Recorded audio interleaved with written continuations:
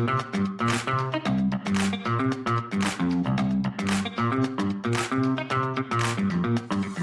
listening to the Product Coalition podcast with Jay Stansell. This is where product mastery happens. This is where careers are made. Welcome to the Product Coalition podcast. Let's go.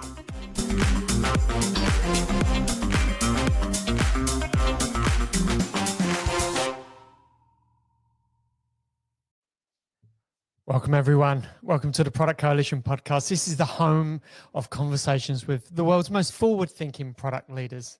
Today, we're joined by someone who doesn't just talk about the future of operations, he's building it.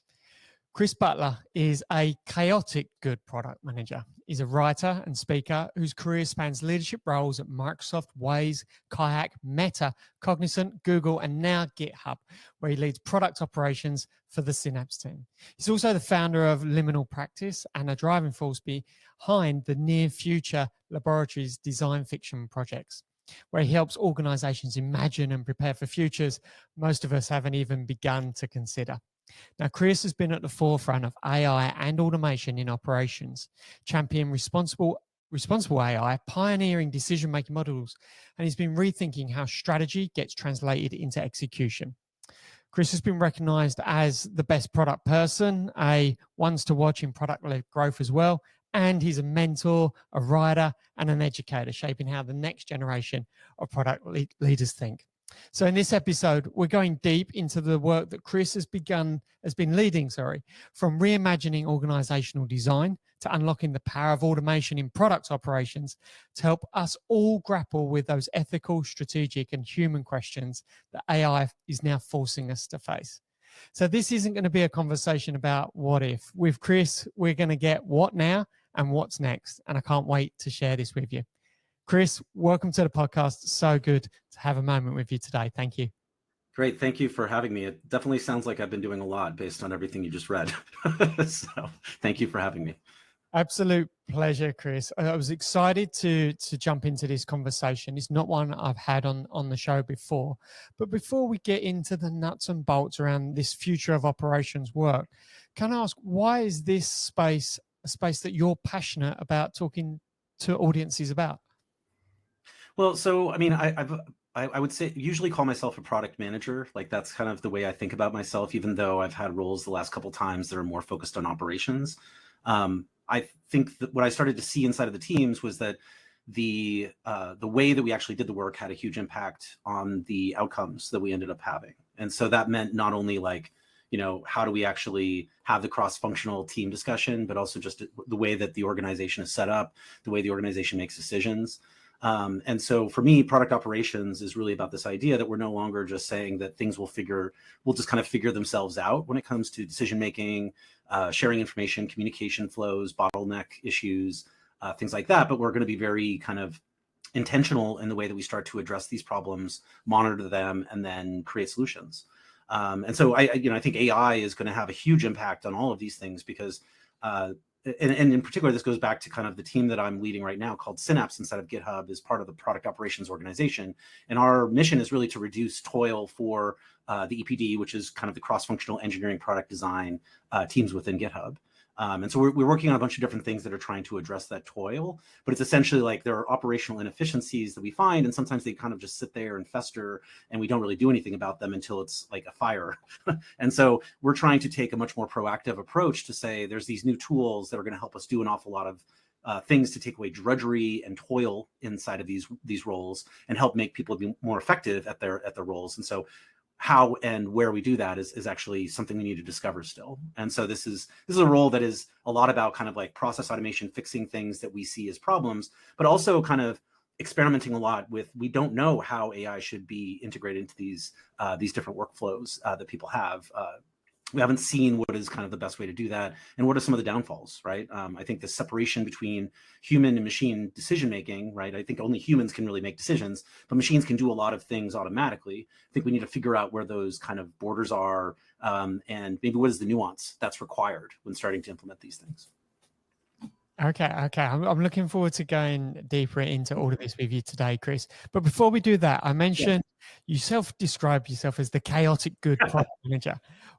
What's driving that label for you, and how's that mindset shaped the way you're leading product operations at GitHub?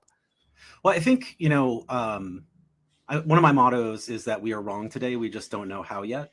And so from that perspective, what I've found to be really helpful is really keeping an open, curious mind, and one that actually leverages randomness to help us do a better job. And so chaotic good is really just meant to point to the fact that, well, I want to like look through all of the possibilities of something and not always be kind of, I guess, limited by my own biases. And so that the chaos, I think, really helps me expand what I end up considering.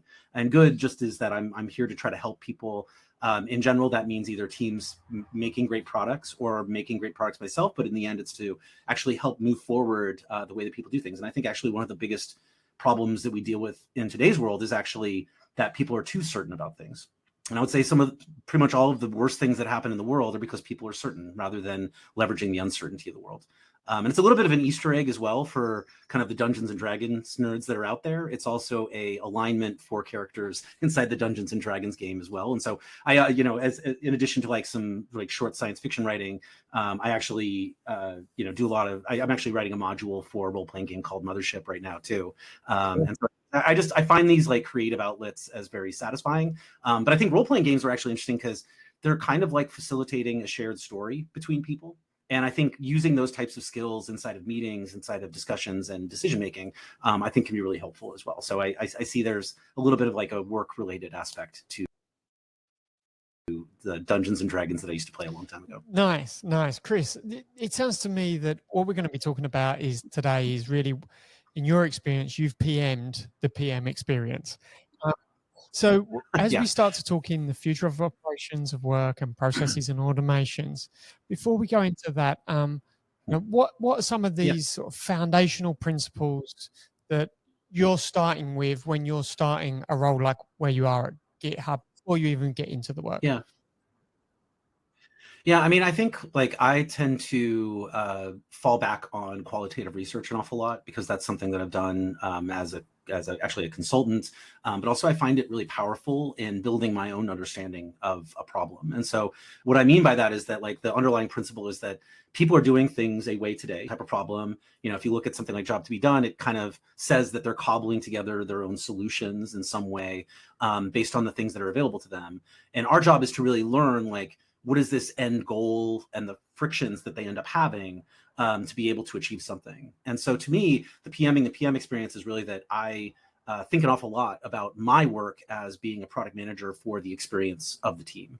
And so that means I do an awful lot of qualitative user research. I go and observe people doing their work. And in fact, even just like lurking inside of Slack channels or reading Google Docs that people are pulling together about how something is done, I think actually points to really what are they trying to get done, but also like how are they going about it. And so from that information, we start to pull together like what are some really key problems that people are doing that they're kind of hitting over and over again that either causes them mental kind of overhead, context switching, or even things that just kind of are hard for them to do well. And taking those and then starting to experiment really quickly with here's like a possible solution that we could leverage with, say, using AI, and doing that type of rapid experimentation to be able to figure out like how we could solve this problem for them in some way.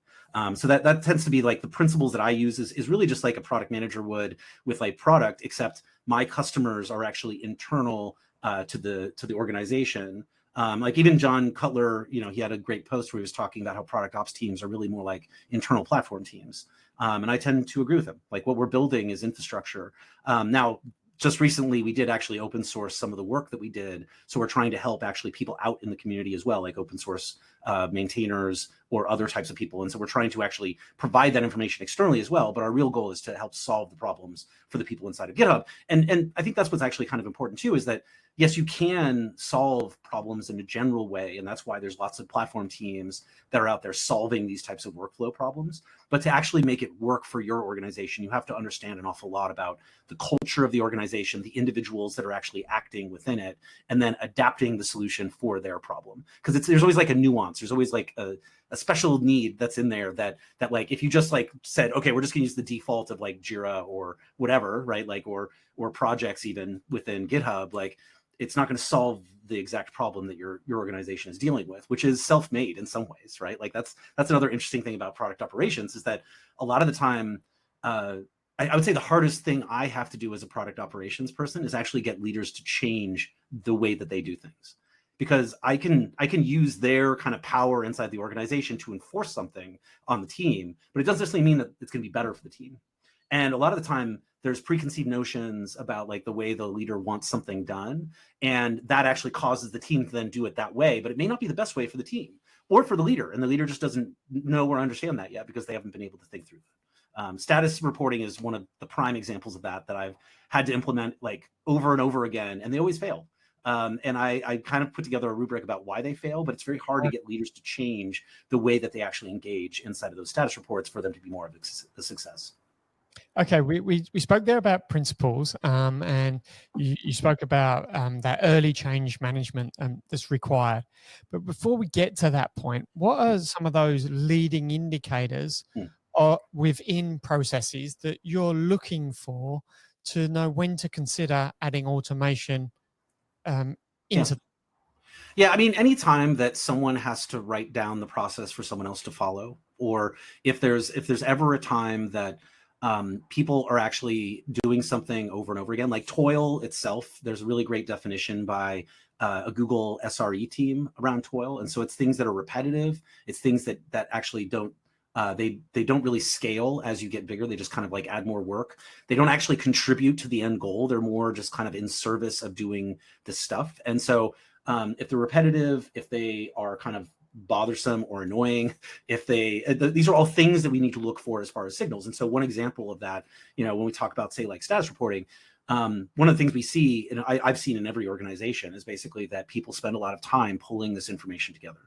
And so identifying the fact that there's many, many different people that are kind of like doing this work, it is causing the disruption in them doing the actual value added work, which is usually building a product. But there is value in it, right? Status reporting is really about communication flows. And so seeing how communication doesn't flow as easily as it should, it doesn't get to the right people, and that leaders are not actually understanding what's going on, I think ends up being like a super important thing for us to identify, because of that fact that you can see the toil inside of that work. So that's what I'd say. It's like, I think there's a lot of signals that toil is happening within an organization, and those are the things that you should really be focusing on. Often, Chris, culture and processes interwoven for various different reasons.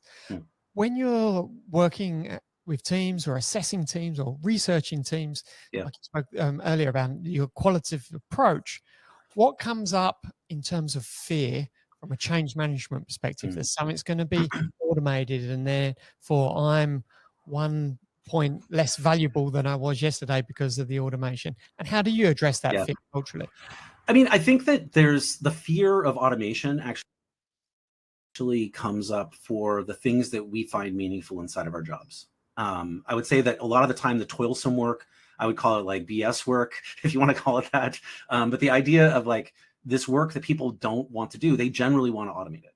And the reason why is because a lot of the time they end up being so focused on kind of the aspect of this work that it kind of crowds out more like longer term thinking, strategic thinking, kind of deeper thinking. And so I would say that most of the time people are not afraid of actually automating busy work, right? Or not busy work, but like toilsome work that is not actually aiding them in doing a better job.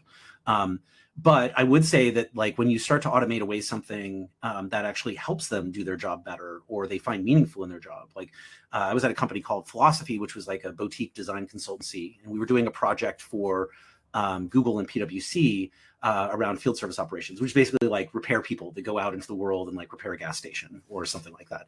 And so when we were talking to the dispatchers about some of the work that we were trying to automate away, and this was like back in 2017. And so it was still a lot of prototyping about what AI could do at that point. The things that they understood what was happening and they didn't like tended to be the things that they found most meaningful in their jobs, which was really kind of like connecting with other humans, helping other people, understanding what is going on. And if you take away that from them, that was actually bad in some way. What they didn't want to do is they didn't want to worry about like all of the hard problems, like constraint-based scheduling, or like making sure that someone is followed up with. Like those are kind of like less helpful things that they just wish they could automate away. And so I think there is this like distinction between process automation should always be about the fact that we're trying to remove the parts that are not making the human better at what they're doing. And so maybe going back to something like status reporting, a great example of that is that, we really want senior leaders to understand what is going inside their organizations. We want them to build trust in the teams that they're doing the right things and that they're intervening, the leaders are intervening when appropriate. And then they want to know when they should intervene, right? And so all of that, like, if you just summarize a status report and then you just package that and send it off to the next person and they summarize the status report automatically, send it off to the next person, you lose all of this capability of kind of like learning and understanding and building trust and all of these like human aspects of it. And so that's where the distinction I start to think of is like, there's a bunch of things that machines are really good at that also humans really hate doing. And that's a perfect intersection of what you should be doing with process automation. Nice. I mean, that was going to be my next question really. But as a question, that's a fast moving question. You talked about 2017. If I asked you then what are machines good at, in those days, pre-LLM adoption, it was pre-LLM and generative AI and chat really working. Like data scientists that cost $250,000. So where are we at right now in late 2025 with what are people versus machines good at, and where do you think we're going to be in, let's say, a really short time, 12 months? Yeah, I mean, I think that right now we've clearly models can do a really amazing job in kind of synthesizing and translating. I would call it like translating from one type of text to another, or even text to image, or text to even like a prototype type of things. Like we're still kind of in early phases for text to prototype, I would argue. But this idea of like taking some core text and some context around that and turning that into code or another synthesized piece of writing, I think that's really great right now. Like I think there's definitely the fact that people need to get better at kind of how they provide context and what they're asking these systems to do. And a lot of that can actually be helped by teams like ours, where we try to take a lot of the work away from the person to like write the perfect prompt and more try to get them exactly what they need based on the context that they're willing to provide, essentially. So I think that's where we are right now. I think like the future of this stuff is actually right now it's kind of like a one-on-one type of use of these systems. So like I'll go in and I'll use like ChatGPT or Copilot, but it's really just me and the Copilot kind of working. And maybe some people are starting to get to the fact that they'll like spin up like 10 agents and kind of monitor them as they're doing coding and stuff like that. The time to intervention for agents is still in the range of like seconds to minutes, I would argue. If it goes longer than that, it's probably doing something wrong or bad, is what I would argue.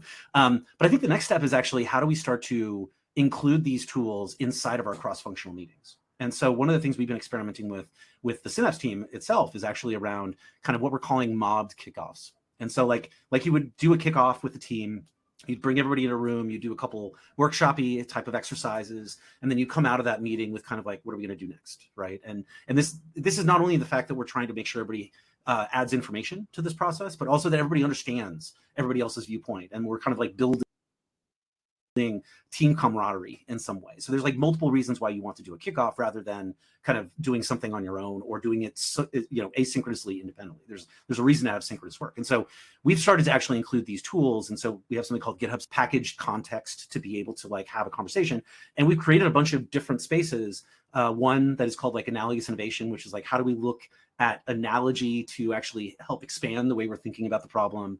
I have one which is we don't have a designer on our team, for example. We don't have a customer support person. And so it actually emulates different viewpoints of cross-functional team members that are maybe not there. It emulates my CPO, and based on like his previous conversations. And so inside that meeting, though, we're actually inviting these things as we'll be having a conversation. We'll kind of kick off with like, here's what we're trying to do. What does everybody think?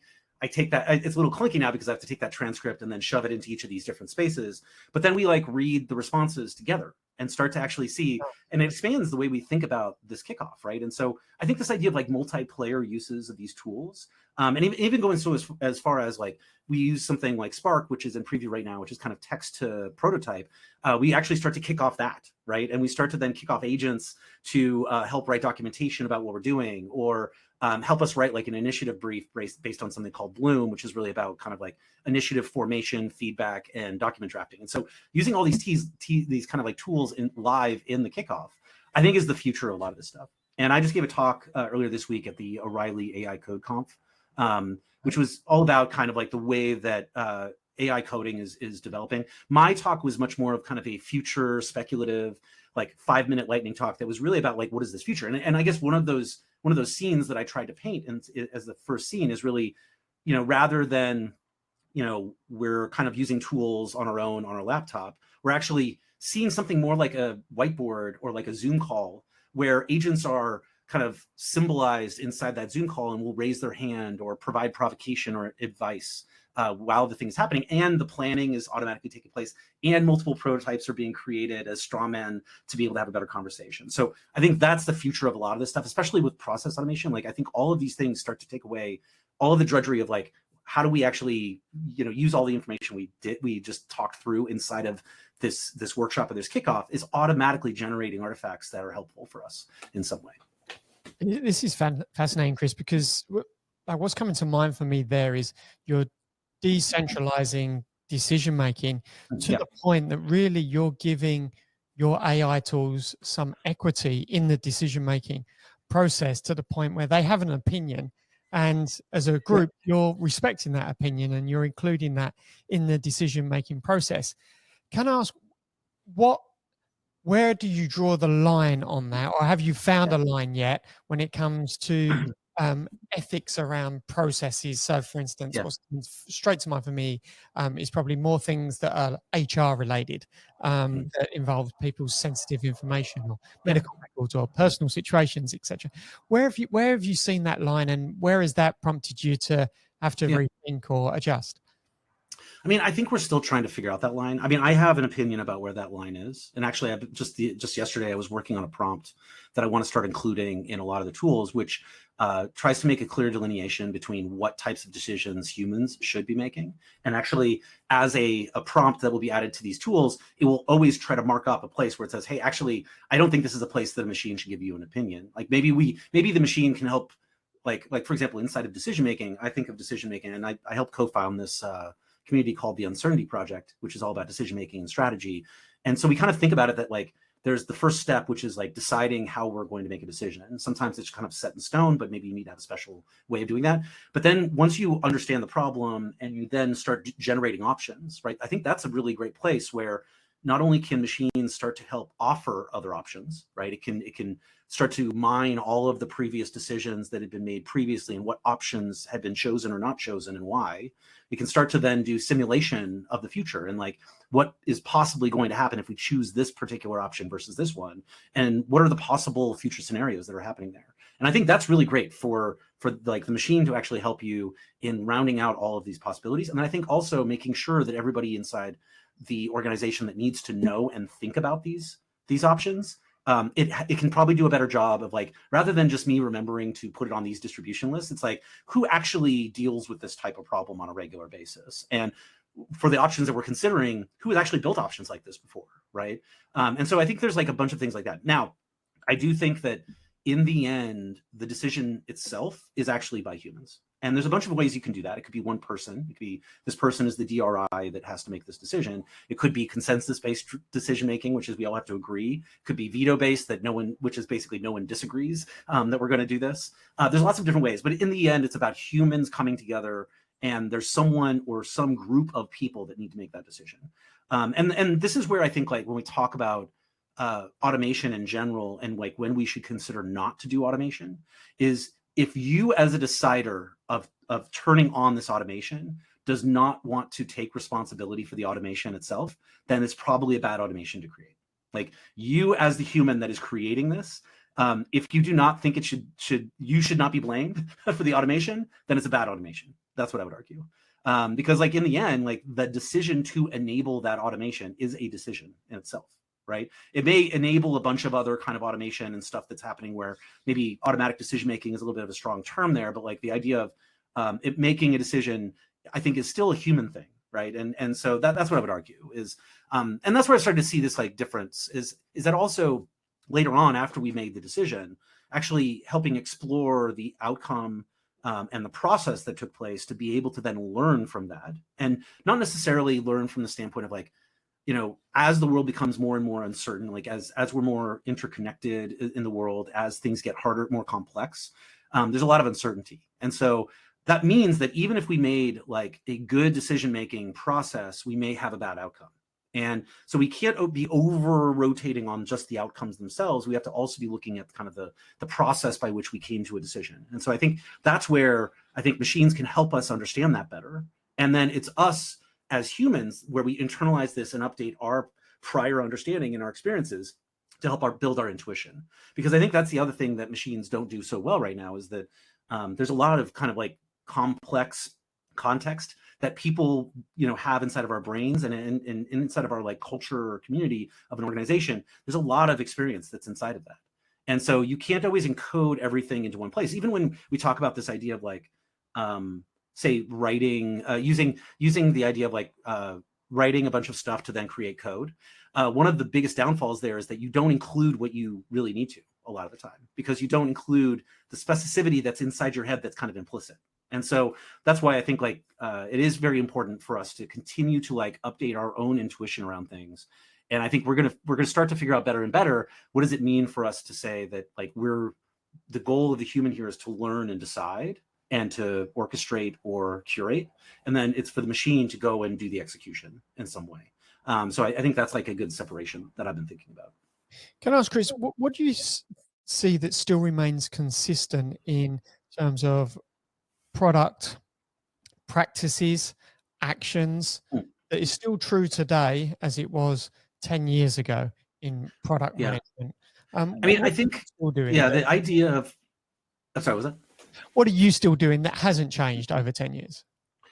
I would say that like writing things like initiative briefs or PRDs, like I think there's a lot of discussion right now about how it's no longer about PRDs, but it's about prototypes. And I think it's actually missing a really important point, which is that the documentation that we end up creating is about sharing context with other people. And it's about being able to then get them to engage with ideas in a way that is really helpful. And so I think that's one thing, is that like we still need to write down what we think is the right intent for the product. And that intent is kind of thinking about a future world in which, I kind of call it like product manager fiction is what I kind of call it.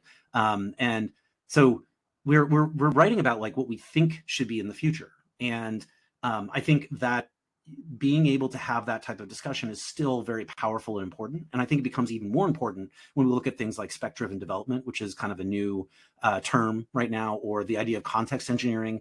This is really about like, what are you curating as far as the context? And some of that you may write and then have as a durable artifact over time. Like, for example, the goals of the organization might be a really important artifact to include in context. But then also you're going to have to write something new, which is like, here's a new intent that we are thinking about. And when I say intent here, I mean like, yeah, we want to build a new feature. And that feature is actually an intent in the future of that we want this thing to exist in this world and have this impact in the future world, right? And so that's why I kind of call it product manager fiction. It's just, unfortunately, like people tend to write it very poorly and they didn't write it in a way that's very interesting. And so I think there is still that. Like, so good writing skills, I think, are going to be even more important, because we're not only communicating with other humans still, but we're also going to be using this as context for machines to then do things, right? And so I think that idea of like writing that type of document is still super important. I think also human relationships, right? Like the fact that we are constantly building up an understanding of how other people think about things is really what, like, there's a great book called oh gosh, I'm blanking on the name, but it's about reasoning. And basically their argument is that that reasoning is actually not something we do inside of our own heads. It's something that we do when communicating with other humans. And a lot of that reasoning is like trying to understand what norms are applied here, and then trying to mind read what the other person thinks, because we want to now understand, like, between the two of us, like, what is actually the gap in understanding or agreement or knowledge. And then by like in some way aligning on that, we actually create a better decision in some way. So I think that idea of like how we work with other people is still incredibly important. And people call this soft skills. I don't think that's the right thing to call it, because I would just say that like it requires lots of time to build relationships, right? Like, especially for leaders with their teams, like the most important thing that they have is actually their time. And so when they show they're spending time, like say responding to a status report, for example, it can be very, very powerful for the team, right? Like them actually taking the time to do one-on-ones versus not, right? Like all of those things show that they care about the actual organization, and they're putting their money or their time where their mouth is when it comes to that. And so I think those like that human connection and actually spending time with the other people, I think is still super important. Now, work can be very transactional sometimes, but I would argue that like for teams that are very high performing, they need to learn an awful lot about how everybody else on that team thinks and does their job, and kind of what is the perspective they bring that is super valuable. And it doesn't mean that we actually want groupthink. If anything, we want to avoid groupthink. What we want is like really, really important kind of different viewpoints that are providing tension in the team that is helpful. So the difference between product design and engineering, they're all very important, different viewpoints. I think with machines and all of the tools that are starting to happen with AI, you can add actually even more viewpoints inside of that world that might help you even make better decisions. Like if I can't always have a privacy expert in my meeting, I could at least have an agent that might simulate what a privacy expert would say. And that's super helpful, right? So anyways, I still think it's super valuable for teams to get to know each other, but I think machines actually add this other thing that you can bring in lots of different viewpoints almost automatically into your world in some way. Chris, we're approaching the end of 2025. Many of us are writing 2026 strategies and roadmaps right now and thinking ahead. Generally speaking, when it comes to product ops or just general business operations, for those listening around the world here, what does all of this mean for strategy in 2026? If you're looking at a blank sheet on your strategy, what are you thinking of as your must-haves versus your could-haves when it comes to strategy? Yeah, I mean, I would say that there's no such thing as a blank sheet when it comes to strategy usually. Like there's a bunch of things that you're working on right now which actually point to what you think is valuable or important to do. So I think like there is the blank page problem because people are not looking at actually like how are they taking action? Like in this last week, what were the decisions that you even made? Like kind of points to what you're trying to do.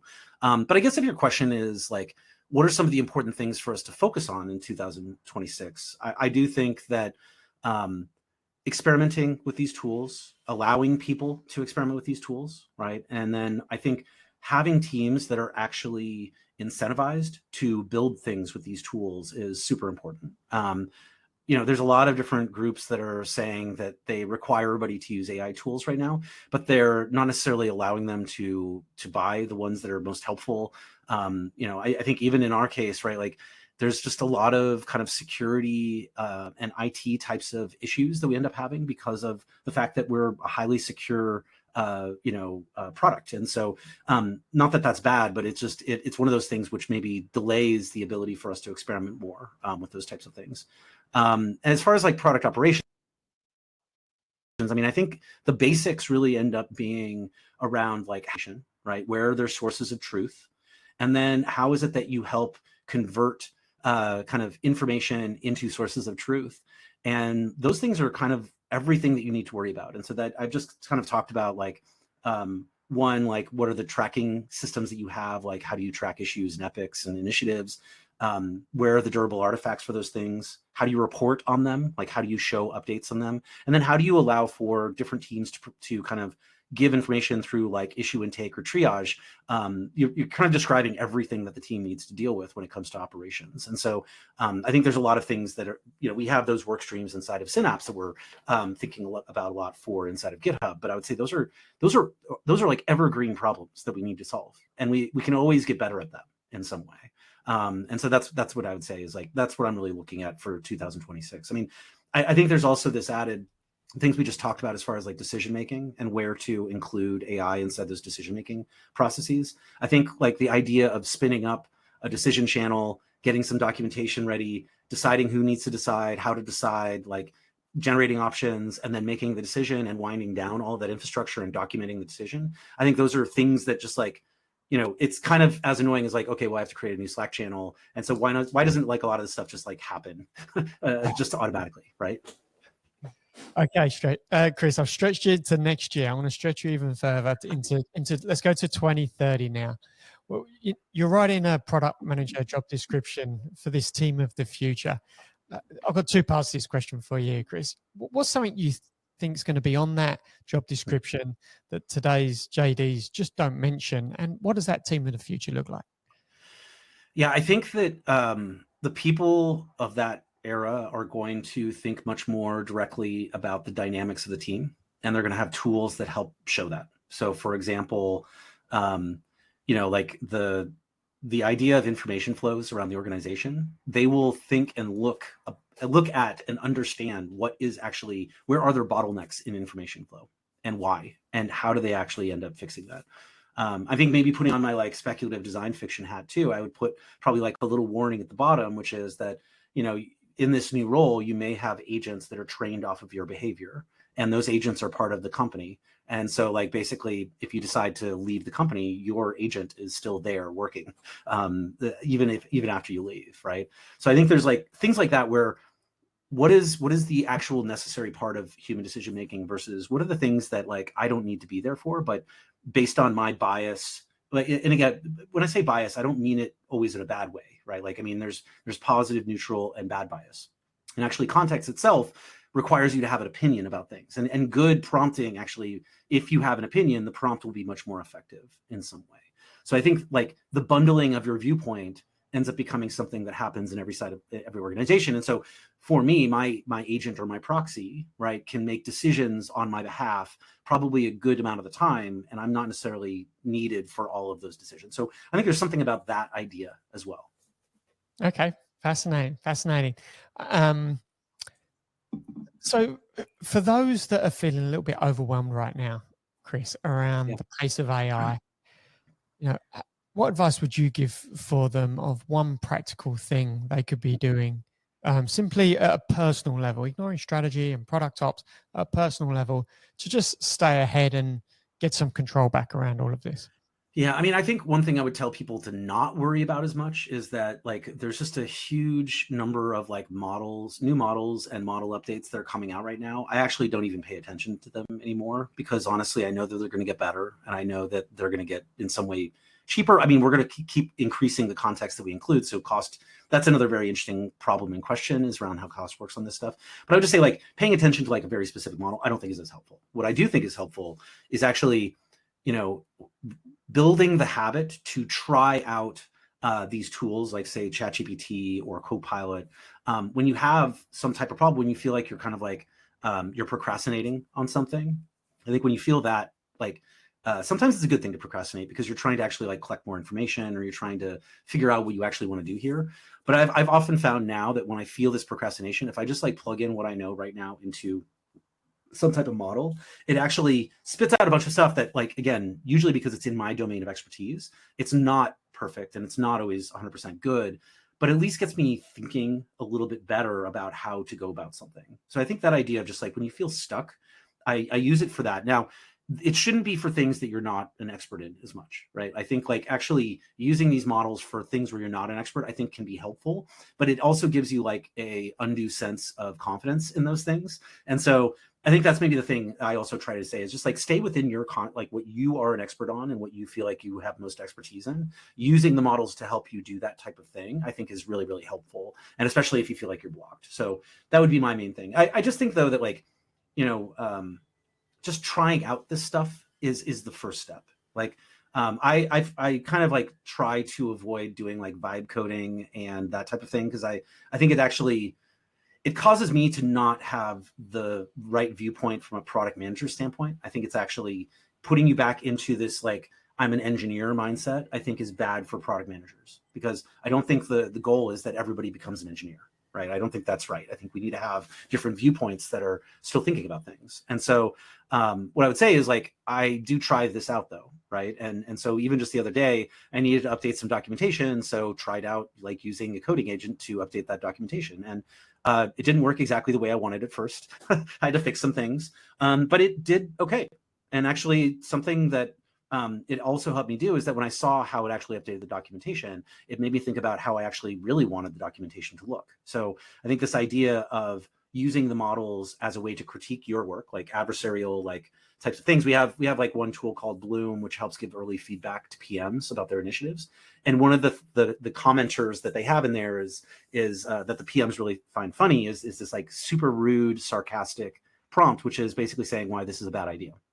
And the thing that's really valuable about it is that it's critiquing the person's thinking, right, in some way, but it's doing it in such a way that is like It doesn't hurt because it's not another person. There's no reputational risk of that they think I'm stupid, right? It's a bot. And so I don't care what the bot thinks, but the bot is actually saying things that I should actually be aware of and I should have answers for.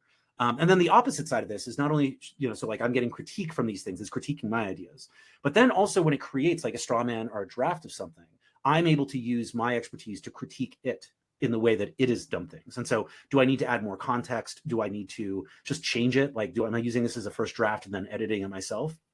I think using those two models is really, really helpful for people. And I think we're going to start to implement these things more and more. Like even for reporting is a good example of like, the tools we have right now can go and look like a project board, pull out all of the updates, give it to you in a very nicely formatted way.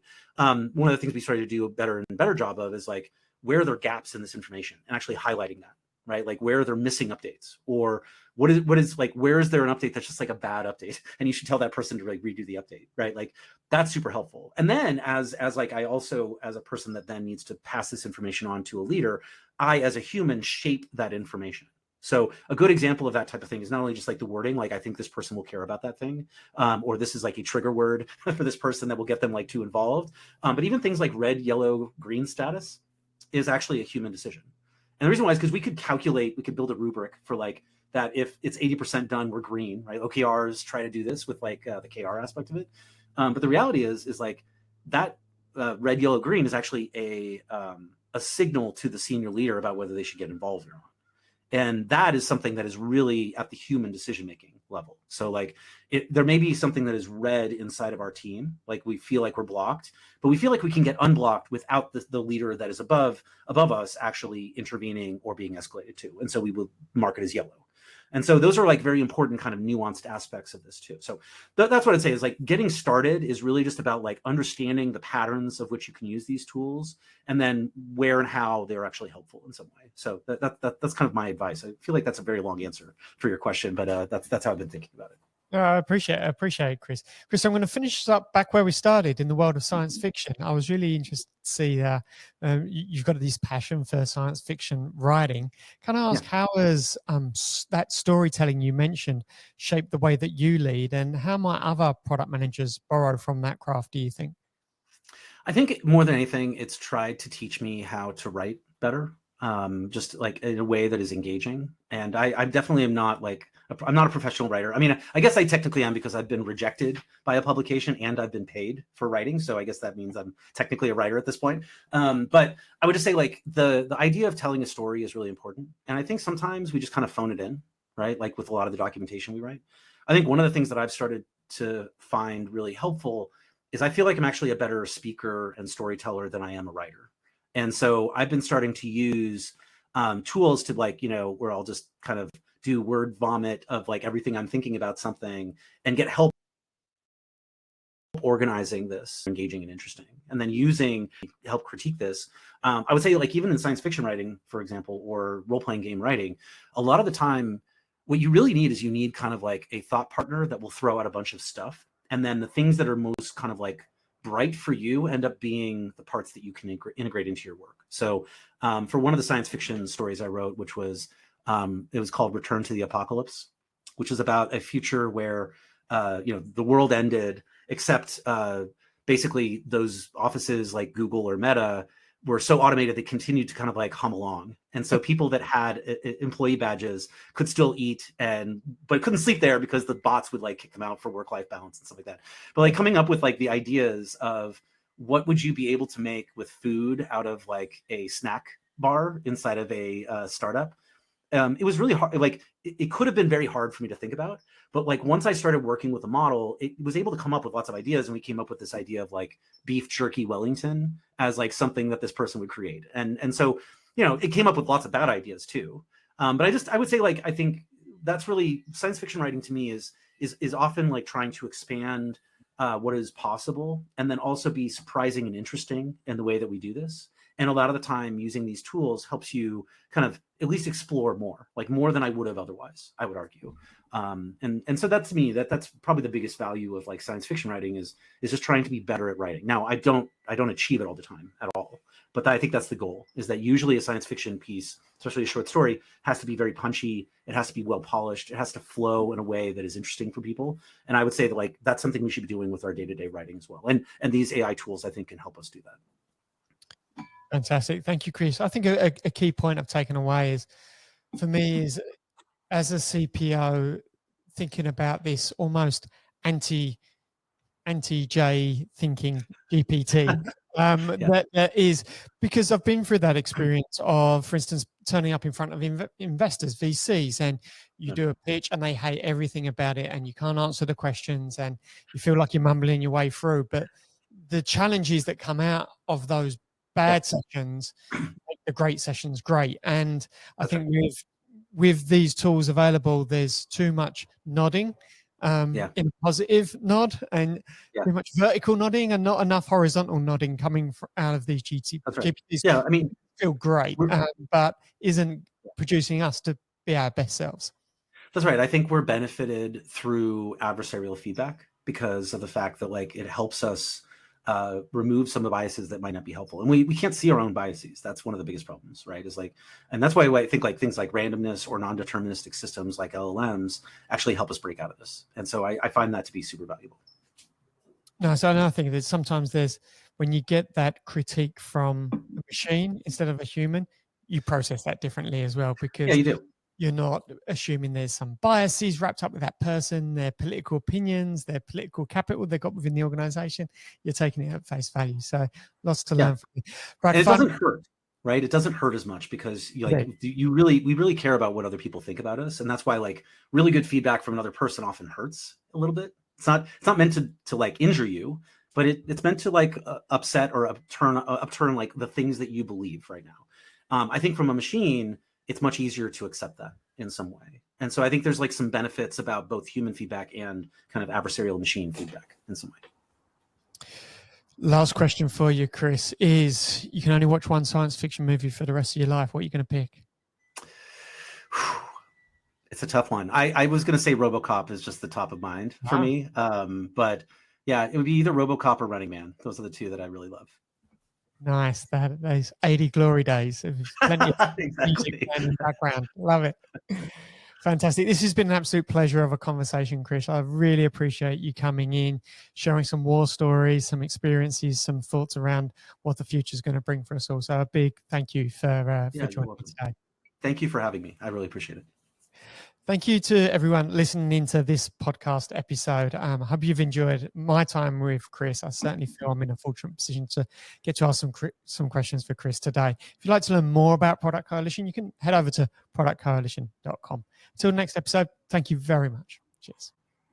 And that's a wrap for today's episode of the Product Coalition podcast, hosted by Jay Stansell. Got questions or want to explore more topics? Connect with Jay on LinkedIn or join the ever-growing Product Coalition community on Substack. Thanks for listening.